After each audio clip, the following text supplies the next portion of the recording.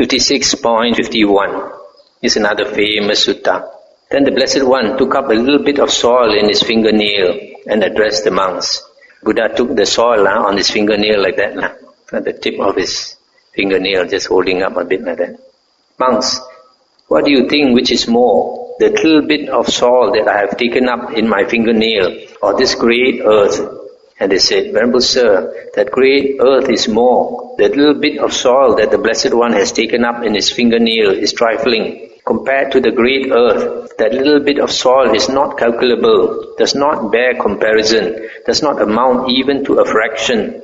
And the Buddha said, so too monks, for a noble disciple, a person accomplished in view, that means with right view, who has made the breakthrough, the suffering that has been destroyed and eliminated is more, while that which remains is trifling. Compared to the former mass of suffering that has been destroyed and eliminated, the latter is not calculable, does not bear comparison, does not amount even to a fraction, as there is a maximum of 7 more lives. He is one who understands as it really is. This is suffering. This is the origin of suffering. This is the cessation of suffering. This is the way leading to the cessation of suffering. Therefore, monks, an exertion should be made to understand. This is suffering. This is the origin of suffering. This is cessation of suffering. This is the way leading to the cessation of suffering. So this sutta is telling us that if we attain right view, we have made the breakthrough. And once you attain right view, the suffering that you have left in existence is so little compared to the former suffering that you put behind you. Or you can say the suffering that you have left after attaining right view is so little compared to your friend who has not attained right view. The guy who has not attained right view, he will turn in samsara for countless lifetimes some more. So the Buddha says also once you have right view, there is a maximum of 7 more lifetimes for you. Here is very clear, maximum of 7 more lifetimes. You will only be reborn 7 more lifetimes, maximum. That is, even if you don't make any effort, 7 more. If you make some effort, you'll be shorter still. But once you have become Arya with right view, as I mentioned, you can take a slow boat out of samsara because you'll have a good life. You'll either be reborn in heaven or as a human being. And each time you come back as a human or a heavenly being, you have these 4 things the other day. Ayuvano Sukhang Balang, long life, beauty, happiness, and power or strength. So, therefore, the Buddha always says we should exert ourselves to understand the 4 noble truths. And basically, to understand the 4 noble truths is to study suttas like this in the Samyutta Nikaya. In fact, out of all the 5 Nikayas, to me, this is the most important Nikaya. All the important teachings are inside here. Is there any more sutta? I think that's the end of the suttas that I want to read in this last chapter. So we have come to the end of the Samyutta Nikaya. It took us about 2 months. I think it was very good. All the important suttas in this Samyutta Nikaya, I believe we have gone through. Those that we did not go through are not so important. Sometimes there were repetitions, so the meaning was not so important. So I'll just recap the 5 books that we went through in the Samyutta Nikaya. We look at page 7 in the beginning, the general contents. The first book is the Sagattha-vagga. Sagattha means Sa is with, Gatha is verses. So it is suttas accompanied by verses. So the first book, you find all the suttas. At the end of the suttas, you had verses. And this first book, there were 11 chapters. And out of these 11 chapters, the important ones would be like Kosala Samyutta concerning the Pasenadi king. Some good Dhamma was there. And then the Brahma Samyutta. This concerning the Brahma Devas, we found that some of the Brahma Devas had an affinity with the Buddha from the past life. The Buddha went to them mostly because some of them were his former teachers, and out of gratitude he went to teach them. Then the Brahmana Sutta was quite interesting. Those Brahmins who argued with the Buddha, and when they were converted by the Buddha, some of them so quickly renounced and became monks. And then Sacca-samyutta also was quite interesting. Sacca Devaraja was an interesting Deva with a lot of good qualities. Then the second book, Nidana Vaga. Nidana means causation, that means dependent origination. This is a very important topic. We went through this 12th chapter. We went through in quite detail. Let me see. I remember it took many days to go through it. 1, 2, 3, 6 days, we spent 6 nights on this Nidana Samyutta, one of the longest times we spent. So this Nidana Samyutta was very important. And then inside the second book, the Labha Sakara Samyutta was also very important for monks, on the dangers of gains and honors, fame, offerings and fame, how it can corrupt a monk. And then the Upama Samyutta, number 20, that was very important. Some very good similes were given in this chapter. And the third book was the Kanda Vaga we went through. Kanda is the aggregates. So this is the chapter on the 5 aggregates of attachment. This is also an extremely important topic because if you want to understand non-self, it's very important to understand the 5 aggregates as not self or non-self. And this chapter 22, we also spent quite a number of days. We also spent about 6 days, 6 nights discussing this chapter 22, Kanda Samyutta. And then the other chapters in this book are not so important. This is an outstanding chapter in this third book. I remember we mentioned that it took a huge part of the book. And the fourth book we went through was Salayatana Vaga. Salayatana means the 6 sense basis. This is another very important topic. In fact, these 3 are the main topics that we should understand if we want to see not self, no self. It's the dependent origination, the 5 aggregates, and the 6 sense basis. So this chapter 35, we spent also many days. 1, 2, 3, 4, 5, 6. We spent 7 days. We spent 7 days discussing this Salayatana Samyutta. And then the Vedana Samyutta also, feelings also quite important. And then Chitta Samyutta was interesting. Chapter 41 was interesting. And then chapter 42 also had a number of very good suttas on the headman, Penghulu, village headman. And then we came to the last book, Mahavaga, the great book because it's probably the biggest book. And some of the chapters here were quite important. Marga, the path, Noble Eightfold Path, the first chapter. And Bojjhanga was quite important. In fact, we spent quite a number of days on Bojjhanga. We spent, we spent 5 days. We spent 5 days, on this Bojjhanga Samyutta, factors of enlightenment.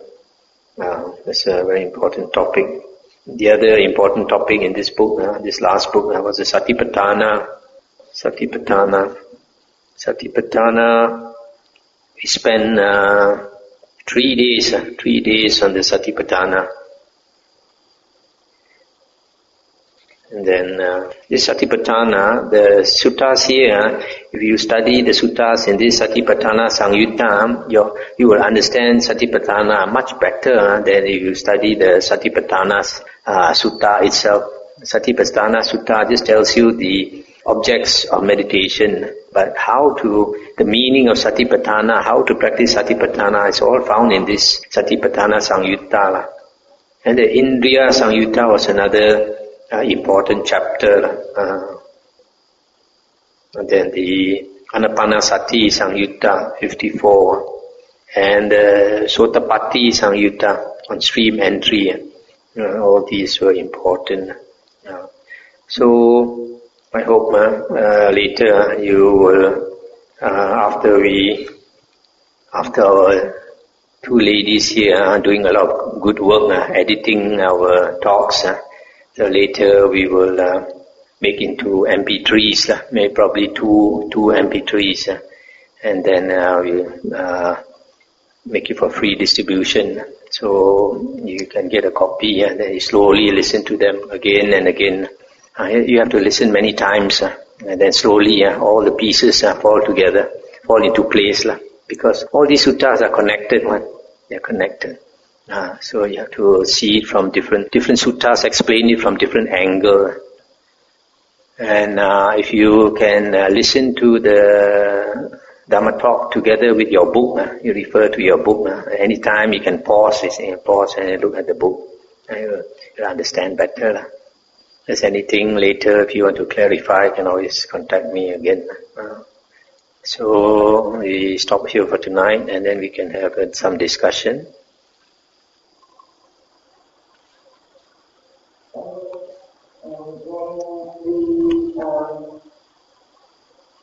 See the Dhamma, or at least gain some Dhamma knowledge, we tend to let go more, and we tend to be more, we should be able to accept the differences of others' behavior from ours more.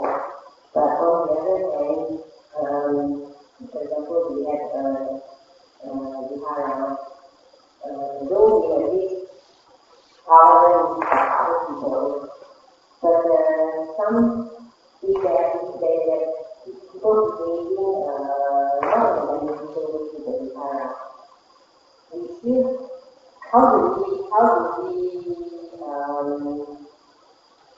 a situation where while we are tolerant of the person, but on the other hand, he's not behaving beneficially to the whole community. So how do we exercise wisdom? We look into the suttas and the Vinaya, we find that the Buddha was very tolerant. And sometimes when certain monks, there were a few monks that what we call in Chinese white tan, rotten eggs, and yet the Buddha was quite tolerant of them, and sometimes they step out of line, the Buddha will make a new precept, and they step out of line again, the Buddha makes another new precept, and also we find that in other suttas and also in the Vinaya, sometimes the Buddha says that when a person misbehaves, if we cannot teach him, sometimes we have compassion on him, hope that he will change himself. So if people listen to the Dhamma, it has some effect. For some people, the effect to change is faster. For some people, it's slower. But usually, the Dhamma has some effect, very good effect on us. So, when we live together, sometimes we have to learn to be tolerant. And sometimes we don't look at other people's faults so much. The spiritual path, we learn to look at our faults. And we only do something when the behavior is out of line so much that it adversely affects others. It hinders other people's practice. Then we cannot tolerate. If it is their personal defects, personal shortcomings, we try to ignore, because every person we have good points and bad points, and especially like in a monastery like this, In fact, for most monasteries are short of people. You can ask Bing Chao. Bing Chao has been around a few centers. He says they are always short of people. So, because of that, we should be more tolerant.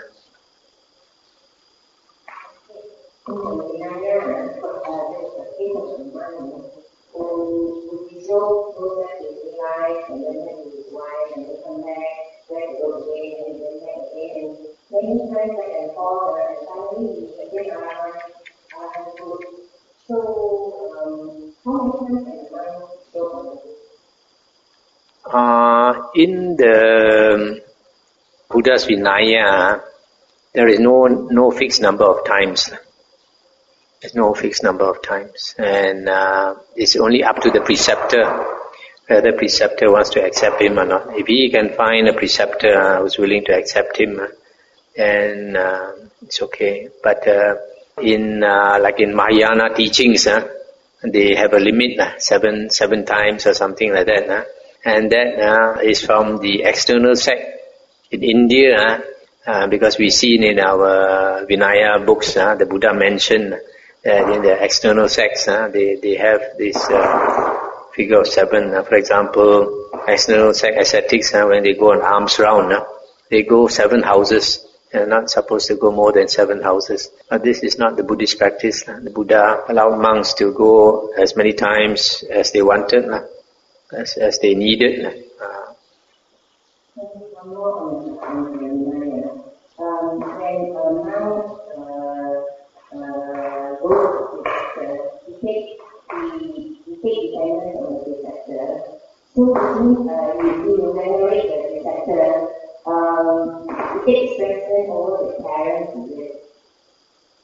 Takes what? Takes... you treat his preceptor as his parent because he goes forth, so he needs to remain with the lay parent. So he takes greater respect to the preceptor and find that in time they treat the preceptor like their father. They don't wash the feet, touch the teacher. They really treat the preceptor as their father. Yes, according to the Vinaya, in the Vinaya books, we have a list of duties of the student towards his teacher, either his teacher or his preceptor. And that list of duties is very, very complete. From the beginning of the day, when the preceptor or the acharya, the teacher, wakes up, the disciple is supposed to get the toothbrush for him, provide the water for him, and then if he wants to take a bath, to prepare the bathroom, if he wants hot water, to prepare hot water, and if he wants a drink, to prepare a drink, and if he wants to wear the robe, go and get the robe for him, and all this. And then when he goes if he wants to go out for alms round, the disciple has to get his robe for him and then carry his bowl for him together with his own bowl. Then when they have reached the town, then the disciple gives the bowl to the teacher.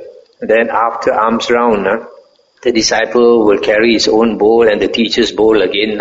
And then he's supposed to rush back to the monastery and then put down the bowl and get the water ready to wash the feet for the teacher when the teacher comes back. And then when the teacher comes back, to take off his robe and go and dry it on the string and do everything to serve the teacher. That is the tradition. Only thing is some monks they take the trouble to teach their disciple all this. But some monks are so busy that they don't have time to teach so many things. But sometimes if the disciple, he takes the trouble to study the Vinaya books or the suttas, he should know. But at least, even if it is not so detailed in serving the teacher, he should have the respect. Because in the Vinaya books, it is stated that if the disciple does not have enough love and respect for the teacher, he should be asked to leave. If he does not carry the bowl, of the teacher. When he goes on alms round also he's supposed to leave all these things. So the Buddha was very strict about all these things. In a way it's good because nowadays a lot of monks they do not have enough respect for the teacher. They think I wear the robe, I'm also a monk, you also a monk, I am a member of the Sangha, I have equal rights. Some people are like that. So sometimes a teacher cannot do much, just has to look at the disciple and see the attitude. Attitude is very important. And some people, the attitude is no good, you try to teach them, they won't learn.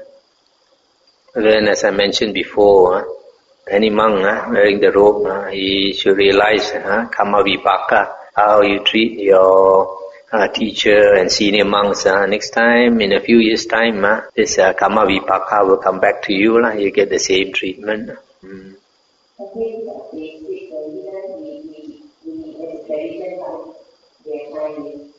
have this kind of don't feel the teachers to respect teachers and parents, so the people actually go in the past or the tradition, they don't go, they look after the people like the parents would be. So I find that these are traditions. Monks or those aspiring to be monks, they should know this even before they ordain. But then, this is the modern world, so you cannot expect too much. In the olden days. Also, it depends on the culture, is it? Like in Thailand, children have been brought up from very young to bow to their parents, to bow to their teachers, to bow to monks.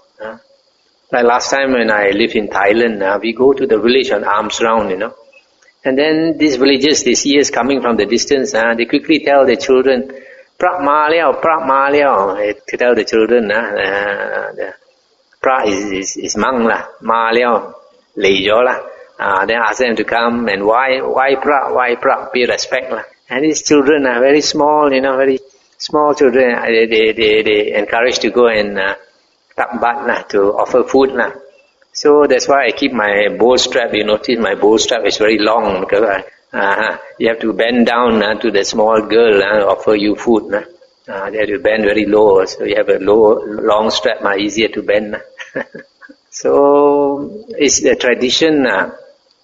Years ago in China, we had that kind of tradition. Now we come to Malaysia after so many years, we become westernized already. The Western attitude, ego is very strong. Individual first. So it's times have changed, so we have to recognize that. You cannot expect what happened 2,500 years ago to practice it now. It's very difficult. First of all, thanks very much, Mahathera, for this very clear exposition of the sutras. I hope that our audience will have been much earlier from the very beginning. I think if you give us some advice as a lay person ourselves, how to read the sutra entirely and practice, what is the best way to differentiate between the reading the sutra and practice? Perhaps could you share with us some of the experience when you first started off on the idea of the sutras and the practice? I think that would be very helpful to us. Thank you. Reading the original discourses of the Buddha is the first step, and you should try to spend much time studying the suttas again and again. You finish the book, you read it again. Finish the book, you read it again. And as you study the suttas, as you understand the Buddha's teachings, you will slowly put them into practice. You will only practice what you understand. So it's difficult to tell you, you practice this, you practice that. But basically, initially, the precepts are important. Not initially, all the time, precepts are important. So the foundation is always the precepts and right view Right view means understanding of the original discourses of the Buddha. And then when you have time, you meditate. And I always encourage people to meditate early in the morning. The first thing you do when you get up. If you have more time when you get up, you do some reading of the suttas. Because when we get up in the morning, we are a bit groggy, a bit sleepy. So when you read the suttas, you're more awake. Then after that, you meditate a bit. So, like for people like you, retired, you have more time. So you should spend as much time as you can studying the suttas and meditating. These are the two cornerstones of the spiritual path. Studying the original suttas and meditating as much as you can. And then in between that, you have to do your worldly duties. Then even when you do your worldly duties, then if you understand the Dhamma, then you always keep the Dhamma in mind, you see. Whatever you do, you're guided by the Dhamma. And you always think of the Dhamma. So the Buddha says, if you constantly think of the Dhamma, you have lofty thoughts, high thoughts. You don't think of base things. So that will bring you to a good rebirth. The most important thing now that we have come to the original teachings of the Buddha is to make as much effort to study the suttas or listen to the teachings that have been recorded so that you get the right view. Once you get right view, you have got the most valuable thing in life that you can get. There's nothing more valuable in life you can get than right view. Then the suttas, the Buddha said, even if somebody were to make a bargain with you that you be stabbed 300 times every day for 100 years, it's worth to take up that offer, special offer. So then the Buddha says, but then to get right view, you don't have to suffer so much actually. You just need the sincerity. In this spiritual path, the sincerity, that earnestness is very important. If you are sincere, then you will make the effort. If you are not sincere, half-hearted efforts not worthwhile, doesn't work out. So if you are sincere on the spiritual path, you will make enough effort to reap the benefit.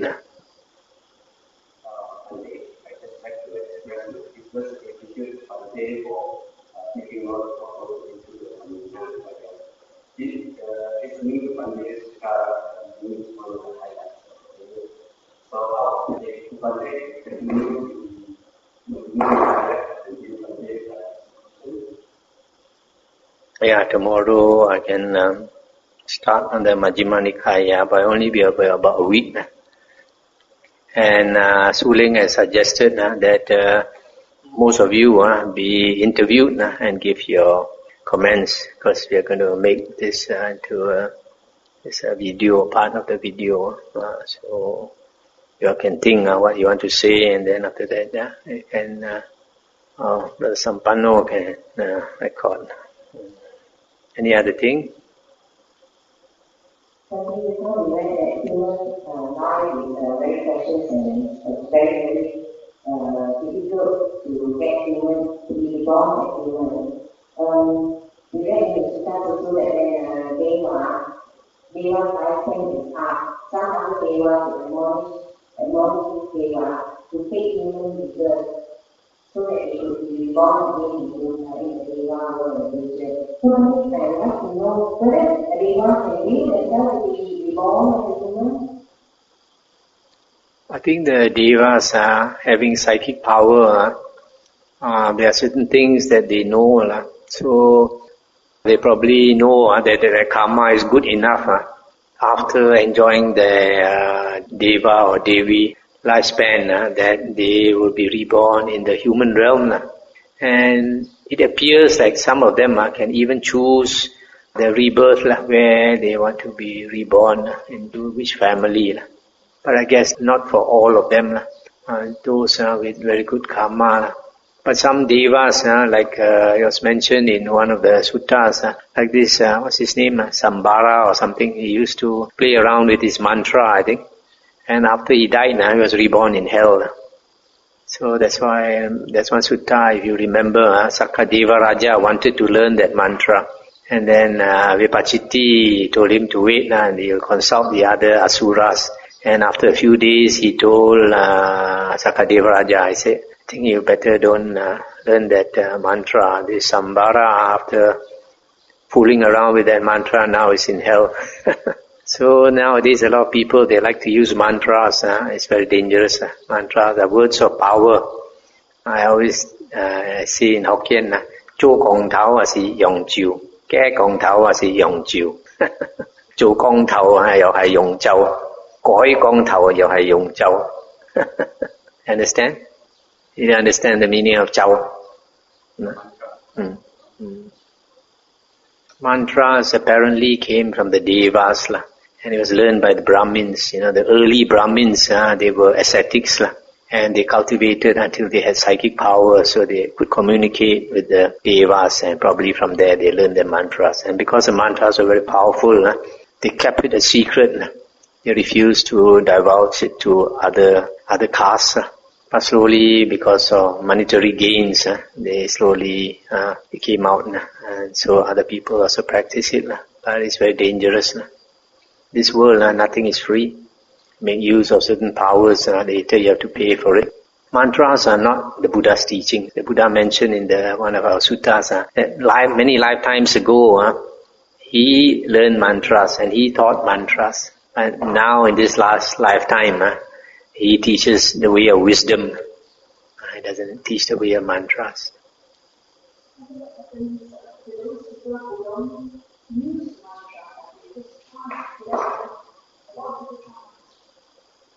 It's not so bad, but then some people, maybe their blessings or their merit is not so great, and they chant mantras, some of them, they get sick.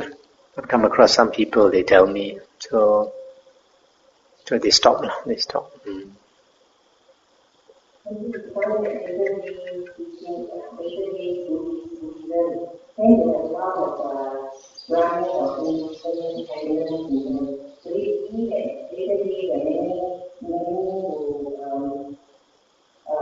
Many teachers who become monks in Buddhist monks, with Brahmin background, they are the ones who adulterated the teaching. That is possible, but there is only one way. Another way could be because of the all around you have these Hindu gods and all that, and teachings, so it has some influence. Slowly creeps into Buddhism, like some of the Hindu gods were brought into Buddhism. For example, Kuan Yin was this Avalokiteswara. Avalokiteswara, the last word is Iswara. This Iswara means God. In Pali is Isara. So Kuan Yin was an Indian god. You go to a Hindu temple, you see this goddess with 16 hands. So probably something like that. So when they brought it into Buddhism, it was a male god. So the earliest statues of Kuan Yin in China was a male Kuan Yin. And then they gave him a sex change operation and then became female. So now we have beautiful Kuan Yins. Like this Amitabha Buddha was, according to these Mahayana books that we have seen, was a Persian sun god. So because the sun always sets in the west, so they say Amitabha resides in the west. That's why Amitabha, the characteristic has Wuliang Kwang, Wuliang Shou, limitless light and limitless life. That's a characteristic of the sun.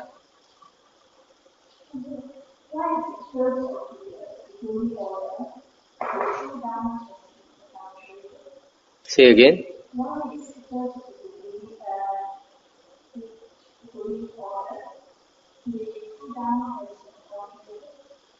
The Buddha mentioned in the Vinaya books that first the Buddha did not want to start the nun, the bhikkhuni order, and then he was persuaded by Venerable Ananda, and then also because of his foster mother pleading with him to become a nun, so he started. But after that the Buddha said because the nuns order started, that the true Dhamma will last for 500 years. He said, if not, it was supposed to last for 1,000 years. And now it will only last for 500 years. And the reason the Buddha gave was that just like a family, if the family, the house is all men, and then if robbers come, they can fight better with the robbers. But if they have women folk in the house, they have to fight with the robbers, but at the same time they have to worry about their women folk. So also, like if a group of caravans, they were traveling over the mountains and were attacked by bandits. If they are all men, it would be easier to defend themselves. If they have women inside the caravan, they have to fight and worry about the women at the same time.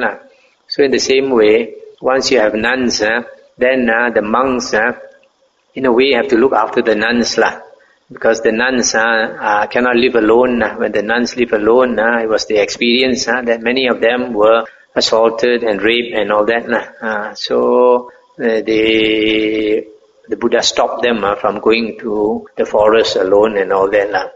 They are not like monks. Monks can easily go alone into the forest with less worries. So the nuns have to depend on the monks. So the monks, they want to do their practice, they have to teach the nuns again, and they have to worry about the nuns and all this. So the practice is not so good.